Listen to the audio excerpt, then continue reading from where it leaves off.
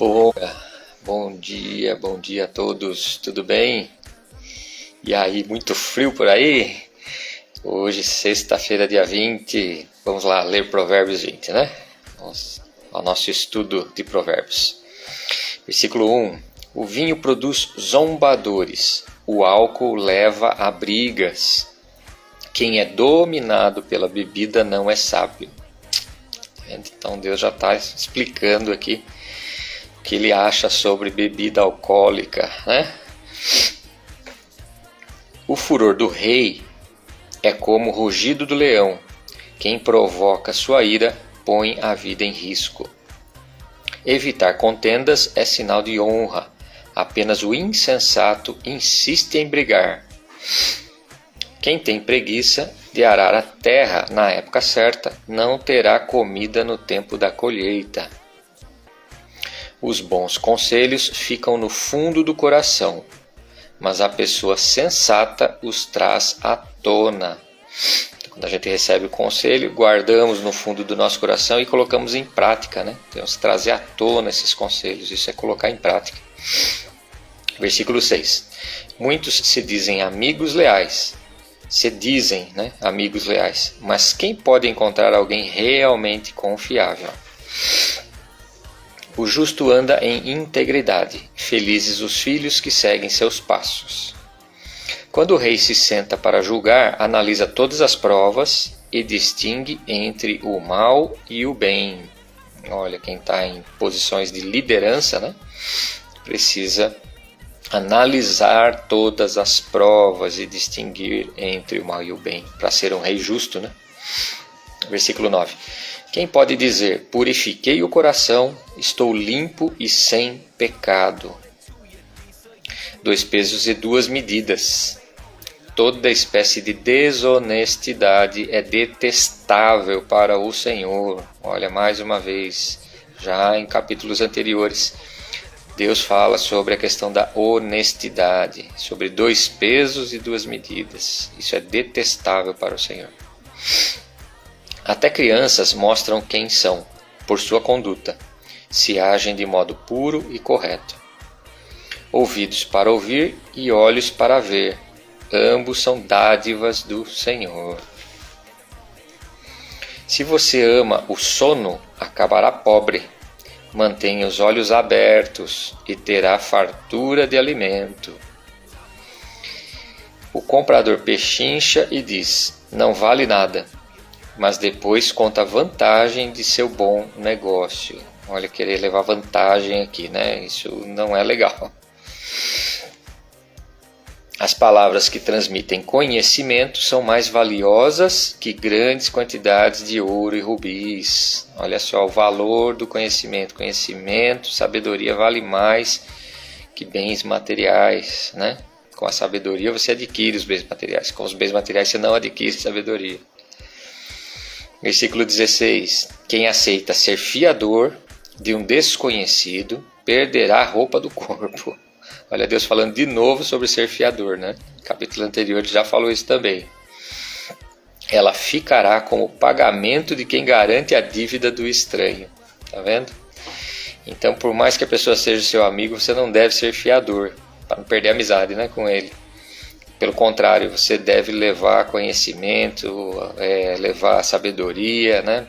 Transbordar tudo isso que a gente está aprendendo aqui na vida das pessoas, que essas que estejam precisando de um fiador, para que ela possa, através do conhecimento, né, da palavra, se empenhar do trabalho, né, que Deus fala muito sobre trabalho aqui, do trabalho, ela mesma adquirir condições de conseguir aquilo que ela está precisando, né, e que no caso está precisando de um fiador hoje, né?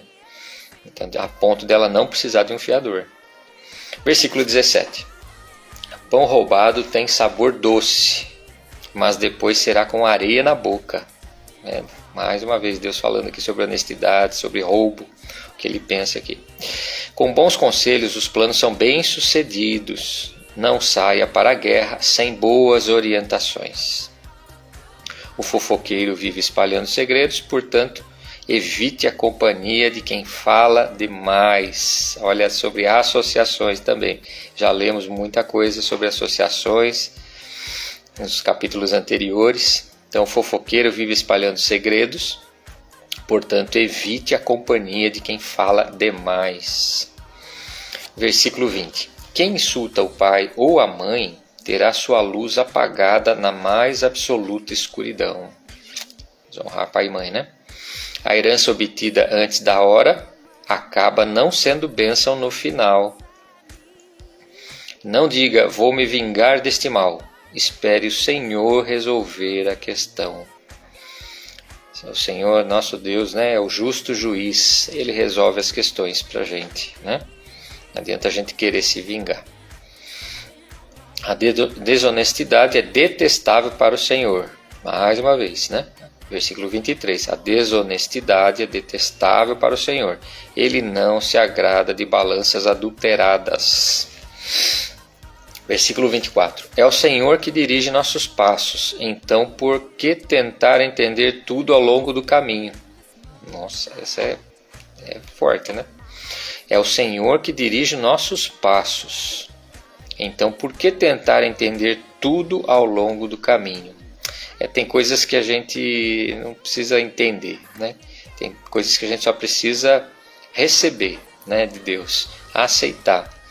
Porque se a gente deixa Ele conduzir os nossos caminhos, muitas vezes aquele caminho pode parecer estranho para a gente, pode parecer que não é o caminho certo, né? Mas se a gente realmente entrega nas mãos dele, né, para Ele nos dirigir, se a gente está bem íntimo com Ele através da palavra, de oração, e a gente entende as direções que Ele está dando para a gente não precisa entender aquilo. Com certeza, lá na frente Ele vai ter o melhor para a gente. Versículo 25. É uma armadilha prometer algo a Deus apressadamente e só depois calcular o custo. As promessas, né? A gente, Deus, eu prometo que, né? Então, prestar atenção, conversar bem bastante com Deus e ver o que você quer se comprometer com Deus, né? Versículo 26. O rei sábio espalha os perversos como trigo e passa sobre eles a roda de debulhar. A luz do Senhor penetra o espírito humano e revela todas as intenções ocultas. A luz do Senhor penetra o espírito humano e revela todas as intenções ocultas. A verdade sempre aparece. Bondade e fidelidade protegem o rei. O seu trono é firmado pelo amor. A glória dos jovens está em sua força.